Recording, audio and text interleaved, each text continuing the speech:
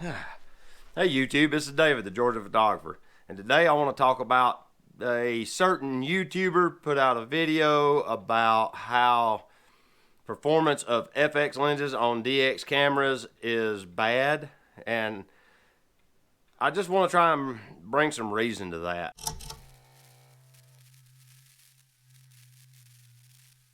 I want to put my 2 cents worth in on this, and it's not going to take long because there's not really a lot to say. I've noticed there's 2 distinct camps going on here.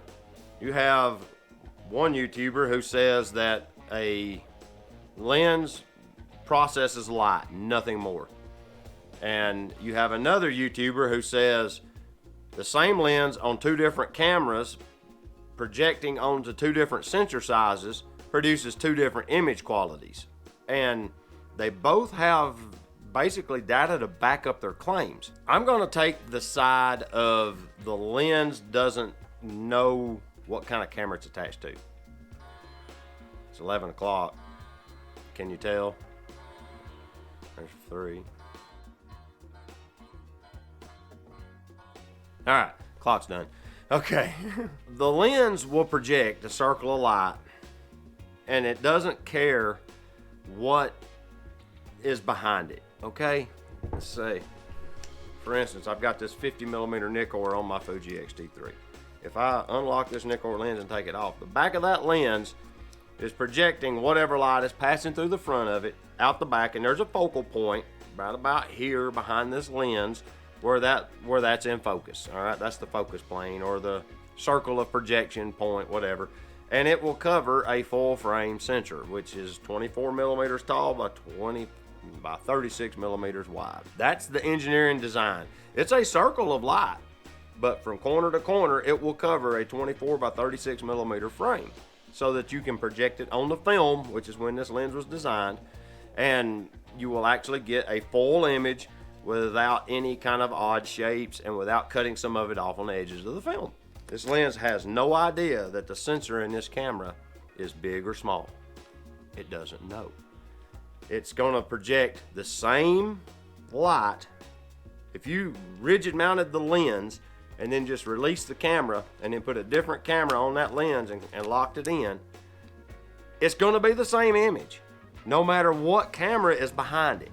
Okay, whether it's a D500 or a D850 or a XT3 or anything that this lens will fit. What it's going to do on this camera is it's projecting that circle. Well, this camera can only see the 16 by 24mm section in the center, whatever that, or 15.8 by 24mm, or whatever the DX size sensor, the crop sensor in this camera is. That's all it can see of that projected circle. So you're just not capturing all that around the perimeter.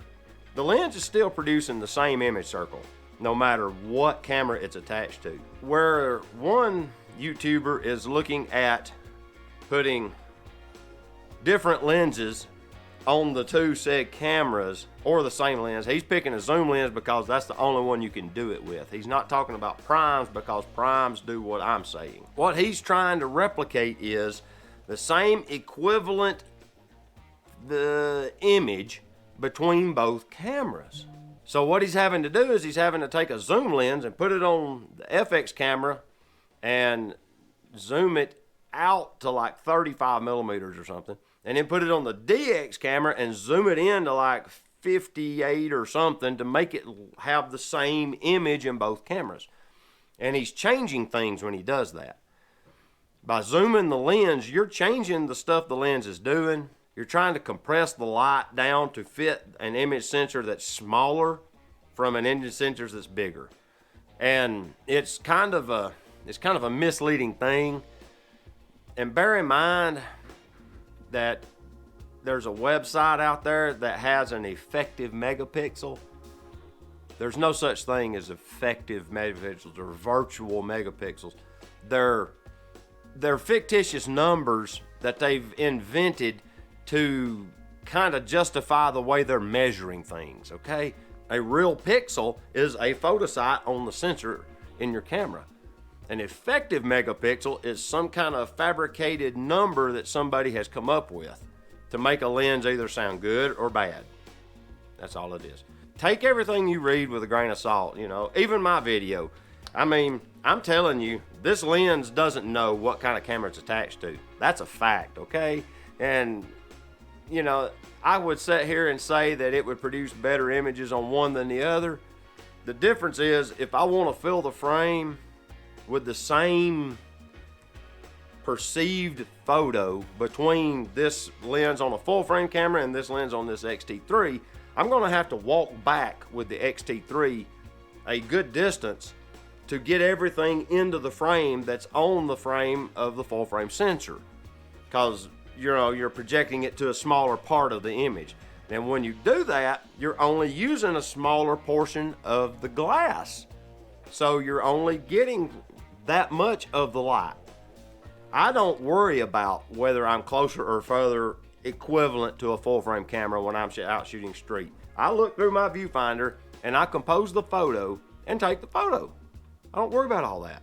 People get hung up on this megapixel war. They just get hung up on it. So try not to worry about megapixel wars. When you put this 50mm lens on this camera, I'm not seeing what a full frame camera would with the same lens on it. I'm seeing what the crop sensor camera will with this lens on it. And I'm good with that. I'm using it and it works good for me, and I'm getting sharp photos and I'm getting lots of detail. I don't understand why we have to have this mindless argument. I gotta admit, the angry photographer's analogy was funny when he started drawing that crap on his head. That was funny. Anyway, don't fall for this whole megapixel trap and sharpness trap and all of that. If you like vintage lenses and the look they produce, and you like crop sensor cameras, they go well together, perfectly fine. I have had no trouble shooting this old 50mm non-AI lens on this X-T3. It works fine. So with that, this is David, the Georgia photographer, and I appreciate you watching and listening to me rant for a few minutes about this whole lenses are different sharpnesses on different cameras crap. But if you like my video, I'd appreciate the thumbs up, you know. And until next time, get your camera out and go take a picture with it instead of arguing whether it's sharp or not. All right, we'll see y'all later. Bye bye.